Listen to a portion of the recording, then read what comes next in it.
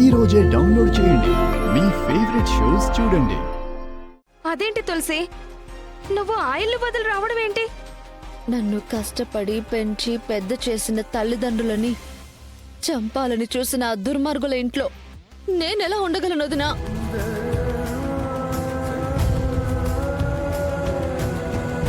కలలో కూడా ఎవరికి హాని తలపెట్టని మిమ్మల్ని తీసుకెళ్లి దారుణంగా హింసించడమే కాక కొంచెం కూడా దయా జాలి అనేవి లేకుండా మిమ్మల్ని కాల్చి బూడిద చేయాలనుకున్నారు.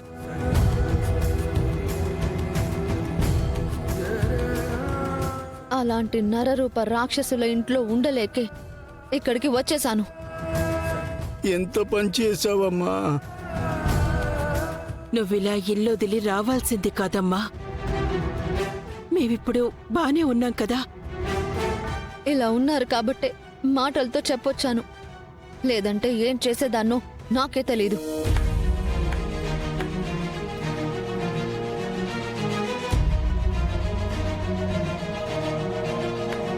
శభాష్ తులసి, ఇది పౌరుషం అంటే. కనీసం ఇప్పటికైనా నువ్వు వాళ్ళ గురించి తెలుసుకున్నావు, అది చాలు నాకు.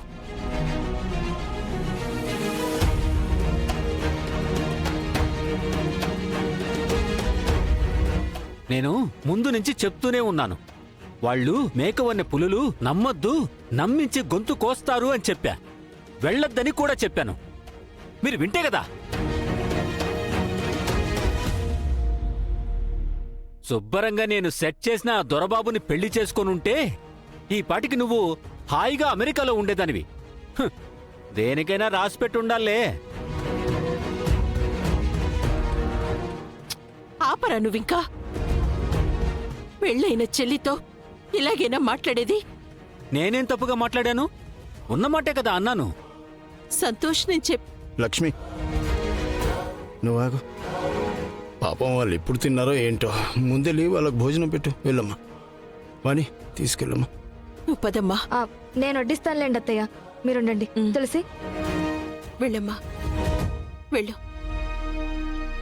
రా తులసి.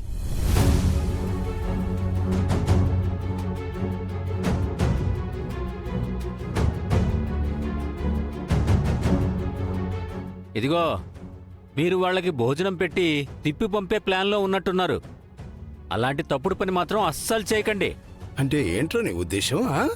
ఏముంది, తులసిని ఇక్కడే ఉండనివ్వండి. ఆ బసవరాజుకి వాడి ఫ్యామిలీకి వాళ్ళు చేసిన తప్పులు తెలిసి రావాలి. అంటే దాన్ని పుట్టింట్లోనే ఉండమంటావా? కరెక్ట్. వాళ్ళు మన ఇంటికొచ్చి మనల్ని బతిమాలుకోవాలి. ఏంట్రా నువ్వు మంచి చెడు లేకుండా? లక్ష్మి, నువ్వాగు. రే, ఇప్పుడు మనకు గడవడమే కష్టంగా ఉంది. వాళ్ళిద్దరు కూడా వచ్చి ఇంట్లోనే ఉంటే ఆ ఖర్చంతా మరి నువ్వే భరించాలి.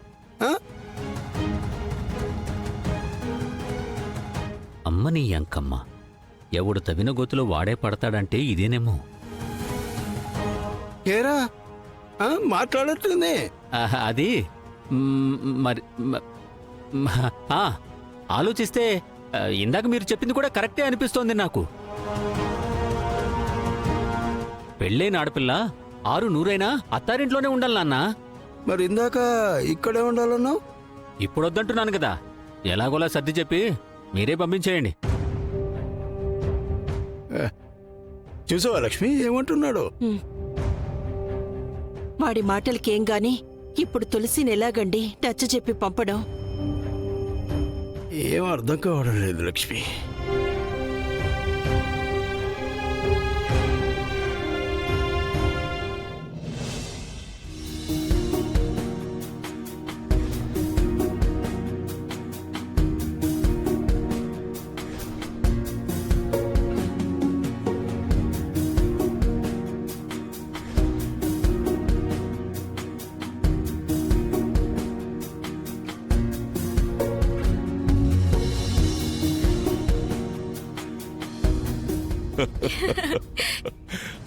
ఏదో ఉరుములా వచ్చింది, మెరుపులా మాట్లాడింది, పెడుగులా వెళ్ళిపోయింది.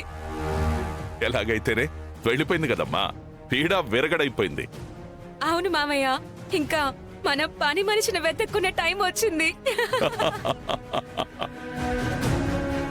అమ్మా కనిష్క, ఏంటత్తయ్య? సిద్ధుని ఎంత బతిమాలినా భోజనానికి రావడం లేదు. నువ్వు కాస్త భోజనం తీసుకెళ్తావమ్మా? అత్తయ్య, నేను చూసుకుంటాను. ఎందుకు భోంచేయడం అదే చూస్తాను కదా.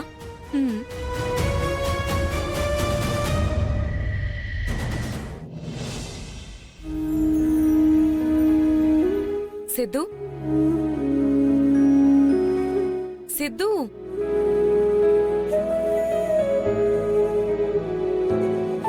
సిద్ధు,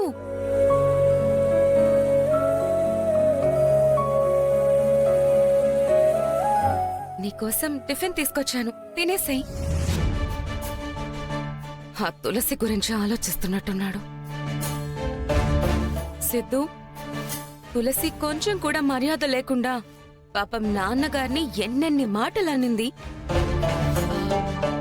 నాకే చాలా బాధ అనిపించింది. నీకెలా ఉంటుందో నేను అర్థం చేసుకోగలను.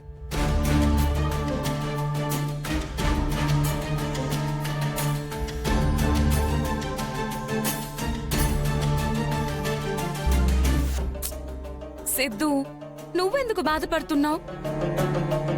తులసి తప్పుగా మాట్లాడింది కాబట్టే కదా నువ్వు వెళ్ళిపో అనేసావు. తాను చేసిన తప్పుకి నువ్వు కడుపు మార్చుకోవడం ఏంటి? ఇదిగో, నేను తినిపిస్తాను, తిను. ఆకలిగా లేదు. సిద్ధు,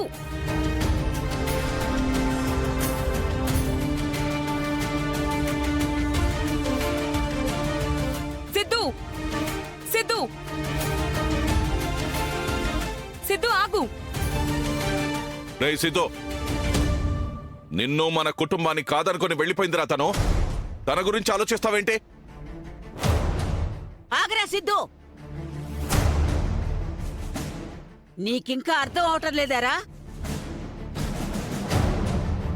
ఈ ఇంట్లో నుంచి నీ నుంచి దూరంగా వెళ్ళిపోవాలని ఆ నిర్ణయం తీసుకున్నాకే ఏదో ఒక సాకు చూపాలి కాబట్టి మీ నాన్న మీద అంత అభాండం వేసిందనిపిస్తోందిరా. నాకదంతా తెలీదు నాన్నమ్మా. తులసి లేకుండా నేను ఈ ఇంట్లో ఉండలేను. ఇప్పుడే వెళ్ళి తీసుకొస్తాను. ఒరే సిద్ధు,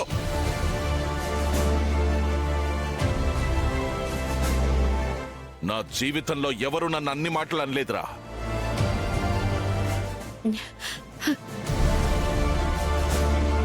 అవునురా సిద్ధు, నా కళ్ళ ముందే మీ నాన్నగారిని అంత అవమానించిన దానికోసం నువ్వు వెళ్తానంటావు. నేను భరించలేకపోతున్నానురా. అమాయకమైన అమ్మా నాన్నలా లేక మీ నాన్నపైన నిందలు వేసిన ఆ తులసి కావాలో నువ్వే తేల్చుకోరా.